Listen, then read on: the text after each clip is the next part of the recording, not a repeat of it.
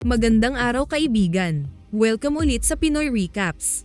Ang pelikulang ibabahagi ko ngayon ay ang American political action thriller movie na White House Down na ipinalabas noong 2013. Ang bida nating si John ay isang Capitol Police na na-assign bilang security sa House Speaker na si Eli. Nailigtas niya ang pamangkin ng Speaker sa Afghanistan kaya kinuha siya nito para maging Capitol Officer. Pagdating nila sa Capitol, dumating na din ang Vice President. Dahil gusto ni John maging isang Secret Service. Nag-follow up siya sa kanyang application na pinasuyo niya sa isang kaibigan na mabigyan siya ng slot sa interview. Pumayag naman ito kaya ng umaga ding iyon ang kanyang interview sa Deputy in Charge. Isa din sa pabor na hiningi niya sa kaibigan ay ang White House tour ticket para sa kanyang anak na si Emily na mahilig sa politika. Lingid sa kaalaman ng lahat, isang lalaki ang pumasok sa maintenance room na siyang babago sa kani-kanilang buhay. Laking tuwa ni Emily nang makita ang tickets. Matagal na umano nitong pangarap na makapasok sa tirahan ng US President. At lalo lang itong namangha ng maka-experience ng checkpoint. Habang sinurrender niya ang kanyang service firearm, dami ng kwento ng bata tungkol sa White House at isa na dito ang tungkol sa bulletproof vehicle na gamit ng Pangulo. Ilang saglit pa ay dumating na ang deputy na mag-interview kay John. Dito nagulat ang dalawa dahil batchmate pala sila sa college. At alam ni Carol ang kakayahan ni John. Masyado umanong mababa ang mga grades niya at dropout pa siya. Mga highly intelligent lang umano ang makakapasok sa Secret Service. Sa madaling salita, hindi umano kakayanin ni John ang demand sa ganitong trabaho. Kahit humingi siya ng chance sa babae, hindi siya pinagbigyan nito. Sa kabilang banda, inaayos na ng lalaki ang bomba na pasasabugin nila sa gitna ng Capitol Building. Balik sa White House, last day na ni Martin, ang senior special agent ng Secret Service. Habang nagbigay ito ng importanteng paalala, may pasurpresang send-off pala ang mga kasamahan sa kanya. Samantala, nasa tour na ang mag-ama. Dahil sa kadaldalan ni Emily, pati ang tour guide ay natuwa rito dahil sa nalalaman nito tungkol sa White House. Nang mapadaan sila sa theater room, napasilip si John sa mga kalalakihan sa loob. Ang hindi niya alam, mga mercenaries pala ang mga ito. Bago pa man siya makapagsalita, tinawag na siya ng tour guide. Maya-maya pa ay hindi nila inaasahan na mapadaan si US President James sa kanilang tour. Tuwang-tuwa si Emily nang mapagbigyan itong mag-video para sa kanyang YouTube channel. Dagdag pa ng bata na magiging Secret Service umano ang tatay sa presidente. Hindi na nakapagsalita si John sa bilis ng bibig ng anak. Napahiya tuloy siya ng bulungan ni James na tigilan na ang pagsisinungaling sa mga bata. Ilang saglit pa ay nagpaalam si Emily na pupunta ng CR. At habang nag-aantay sa anak, kwento ng tour guide paano nasunog ang White House noong 18th century na ngayon lang din niya nalaman. Balik sa Capitol, dinala na ng lalaki na nagkunwaring cleaner sa gitna ng reception ang improvised bomb na nakatago sa ilalim ng trolley. Paglipas ng ilang segundo, bigla na itong sumabog na yumanig sa buong Capitol. Kasunod nito ay mabilis namang sinecure ng mga security officers ang Speaker at ang Vice President. Ganon din ang ginawa ng Secret Service, pinaligiran nila si James at nag-lockdown ang buong White House. Habang sinecure ng mga agents ang tour group, nagtaka naman si Emily sa kakaibang ingay na naririnig galing sa labas ng CR. Dahan-dahan siyang lumabas para tawagan ng ama pero laking gulat niya nang masaksihan ang pamamaril ng armadong grupo sa mga guards. Dali-dali niyang pinatay ang kanyang cellphone kaya nang tawagan siya ni John hindi na makontak ang telepono niya. Dito na nagumpisa ang grupo na i-eliminate lahat ng mga security sa buong White House at kinuha ang mga baril ng mga ito. Hanggang magkaroon na rin ng mahahabang baril ang grupo dahil napasok na nila ang armory. Kasunod nito ay pinasok nila ang communication room pagkatapos ay umakyat sa rooftop para ma-eliminate din ang mga snipers. Nang makuha na nila ang pwesto, pinagbabaril na din nila ang iba pang security na nasa ground. Sinubukan ni John na lumabas para hanapin si Emily ngunit hamarang sa kanya ang agent. Nakipagsagutan siya rito na narinig niyang may nagpaputok na sa labas pero tinutukan siya ng baril nito. Ilang sandali pa ay pinagbabaril ng mercenaries ang ibang mga pulis na nasa lobby. At lumabas sila ng White House papunta sa security booth para papasukin ang iba pa nilang kasama na may dala-dalang gamit at malalakas na baril. Kasama rin sa dumating si Skip na dating NSA cybersecurity analyst na ngayon ay isa ng hacker. Lingid sa kanilang kaalaman nakunan sila ng video ni Emily. Ngunit natigil ito nang tumawag si John.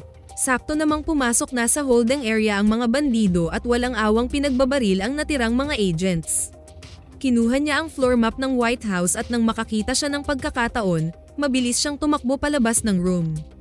Dahil dito, sinundan siya ng ibang tauhan ng grupo. Maya-maya pa ay may paparating na 3 military helicopters upang ilikas ang US President. Ngunit paglapit pa lang ng mga ito agad silang sinalubong ng heavy machine guns ng mga mercenaries kaya nabigo ang rescue attempt. Dahil dito, nagdesisyon si Martin na dalhin si President James sa Presidential Emergency Vault, isang lihim at pinakaligtas na bahagi ng White House na ginawa para sa mga sitwasyong tulad nito.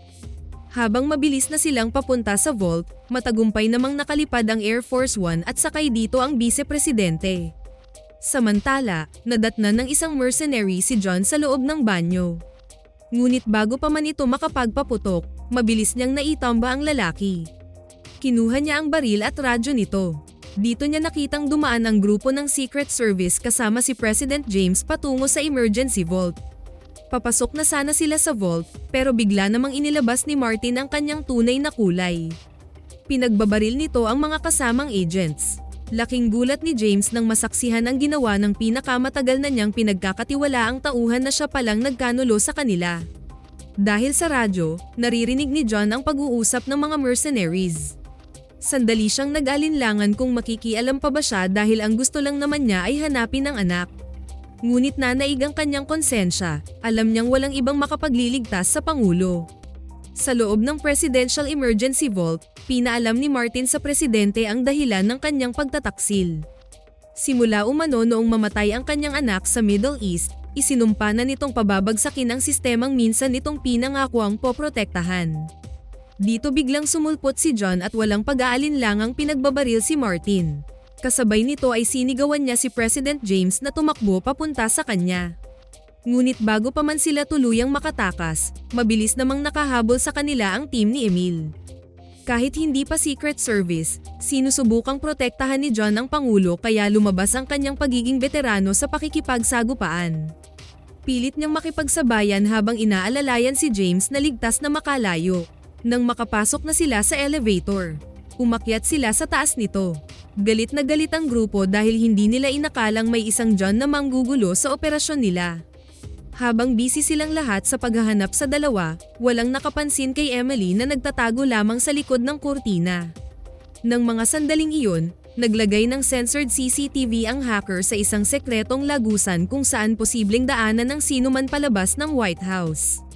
At nasa Pentagon na ang House Speaker para ma-assess nila ang pag-ataking ito. Sa kabilang banda, marami na ring military sa labas ng White House. Kasabay ding nag-set up ang iba't ibang news agency para makover ang buong pangyayari. Kasabay nito, nag-umpisa na ring i-hack ni Skip ang operating system. At habang nangyayari ito, nakunan din ng video ni Emily ang iba pang hostage na pumasok sa loob ng holding area. Yun nga lang, nakita siya ng bantay kaya nagmamadaling nagtago ang bata saka mabilis nitong in-upload sa YouTube ang video. Dahil sa takot lumabas na rin siya sa pinagtataguan pero iniwan ang kanyang telepono para matapos itong mag-load online. Dahil wala ng komunikasyon ang Pentagon sa presidente, kailangan umano nilang pagplanuhan ang pagbabago ng saligang batas. Tumawag na sila sa White House at dito nila nalaman na si Martin ang pasimuno ng lahat ng ito. Saka ito nagdemand ng $400 million na nakakarga sa isang eroplano na siyang magsisilbi na ring getaway ng buong grupo. Maya-maya pa ay nakarating ang Pangulo at si John sa residence room para kunin ang reserve na telepono. At para hindi sila matrace, tinawagan ni John ang kaibigan na secretary ng Vice President na noon ay nasa Air Force One. Ngunit hindi natapos ang kanilang pag-uusap dahil natuntun sila ng mga tauhan ni Emil. Dito napalaban ng husto si John hanggang tinulungan siya ng presidente. Nang makausap ulit ng dalawa ang Pentagon, lumabas na din sa news ang video na in-upload ni Emily sa YouTube. Nanlumo si John dahil buong akala niya ay nakalabas na ang kanyang anak. Ilang sandali pa ay nakasunod din ang mga mercenaries sa residence room ngunit nakatakas na si John at President James patungo sa kusina, saka sila dumaan sa service elevator. Pagdating nila sa basement, dito nila na-trigger ang CCTV kaya natuntun din sila ng mga kalaban. Matinding bakbakan na naman ang nangyari hanggang makalabas din sila sa parking area. Nagmamadali silang sumakay sa bulletproof car ng president pero sinundan pa rin sila ng mercenaries. Dahil dito naghanda na rin ang military tank sa labas ng gate ngunit wala rin itong nagawa dahil sa RPG ng kalaban. Patuloy silang naghahabulan sa bakuran ng White House hanggang sa makita nila ang US President na siyang may hawak ng rocket at tinutukan ng makapal na gate para makalabas na sila ng compound. Ngunit nang makita ni John si Emily na hawak ng mercenary, nawala na siya sa focus. Kasabay nito ay tinamaan sila ng RPG kaya bumagsak sila sa malaking swimming pool. Kasunod nito ay natagpuan sila ng grupo ni Martin pero gamit ang isang granada, natakasan nila ang mga ito. Yun nga lang patuloy silang niretreat ng mercenary kaya sumabog ang gas tank sa kanilang pinagtataguan. Natahimik ang lahat, buong akala nila ay wala na si President James at John.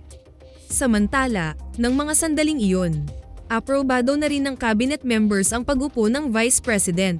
Kaya ilang sandali pa ay nanumpa na ito bilang kapalit ni James at uupong bagong Pangulo ng Amerika. Ngunit sa kasawiang palad, hindi rin ito nagtagal bilang bagong US President dahil tuluyang nang nahak ng mercenaries ang NORAD system. Dito kinumpirma ni Martin kay Skip na magpalipad ng missile para pabagsakin ang Air Force One na siyang sinakyan ng bagong Pangulo. Balik sa basement, habang ginagamot ni John ang sugat ni James sa tagiliran. 3 Delta helicopter na ang paparating sa White House. Tinawagan niya ang Pentagon na huwag ituloy ang pag-atake dahil may missiles ang mercenaries pero hindi siya pinakinggan ng general. Dahil dito, sinubukan ni John na tulungan ang Delta Force pero napabagsak din ng grupo ang 3 helicopter. Kasunod nito ay nakaharap na rin niya ang leader ng grupo. At bago pa siya mapatay ng mga ito, tumakas na siya. Ngunit ang hindi alam ni John, nahulog sa kanyang bulsa ang tour pass. Kaya dito nalaman ni Emil na anak pala niya ang batang babae na nag-upload ng video na ngayon ay kasama sa mga hostage.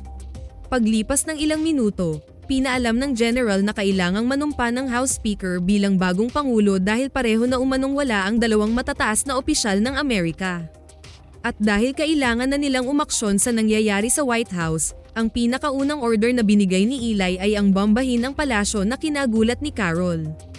Hindi ito makapaniwala na gagawin ito ng bagong Pangulo sa mga inosenteng hostage.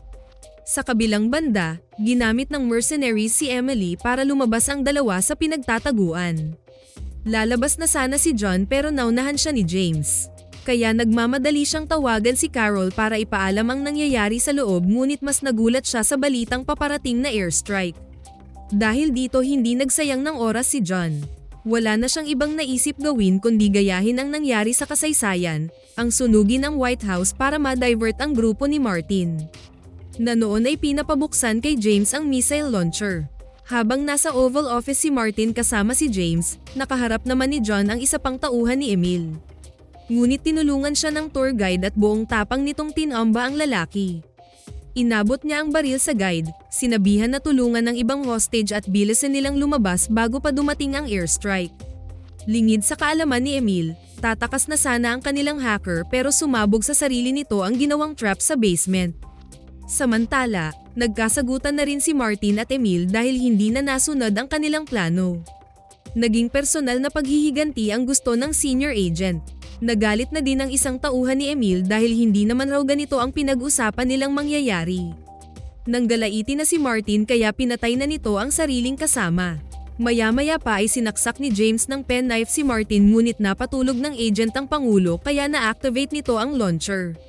Dito nagtataka ang lahat bakit nagkaroon ng valid launch code ang lalaki gayong kakaupo lang ni Eli bilang bagong US President.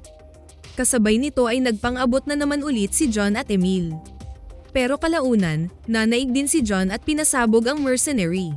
Balik sa Oval Office, sinubukan ni James na pigilan si Martin ngunit sanay sa training ang senior agent kaya nagawa nitong barilin ang Pangulo.